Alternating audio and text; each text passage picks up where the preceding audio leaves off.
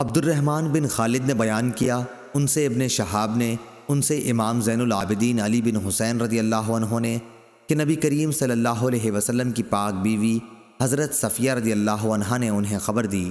دوسری سند اور امام بخاری نے کہا کہ ہم سے عبداللہ بن محمد نے بیان کیا، کہا کہ ہم سے ہشام نے بیان کیا، انہیں معمر نے خبر دی، انہیں زہری نے، انہیں علی بن حسین رضی اللہ عنہ نے کہ نبی کریم صلی اللہ علیہ وسلم مسجد میں اعتکاف میں تھے، آپ صلی اللہ علیہ وسلم کے پاس ازواج مطہرات بیٹھی تھیں۔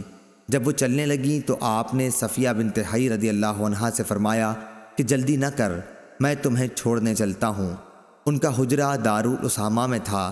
چنانچہ جب رسول اللہ صلی اللہ علیہ وسلم ان کے ساتھ نکلے تو دو انصاری صحابیوں سے آپ کی ملاقات ہوئی۔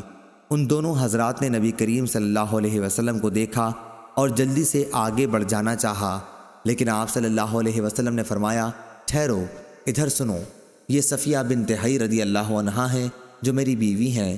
ان حضرات نے عرض کی، سبحان اللہ۔ آپ صلی اللہ علیہ وسلم نے فرمایا کہ شیطان انسان کے جسم میں خون کی طرح دوڑتا ہے، اور مجھے خطرہ یہ ہوا کہ کہیں تمہارے دلوں میں بھی وہ کوئی بری بات نہ ڈال دے۔ صحیح بخاری حدیث نمبر 2038۔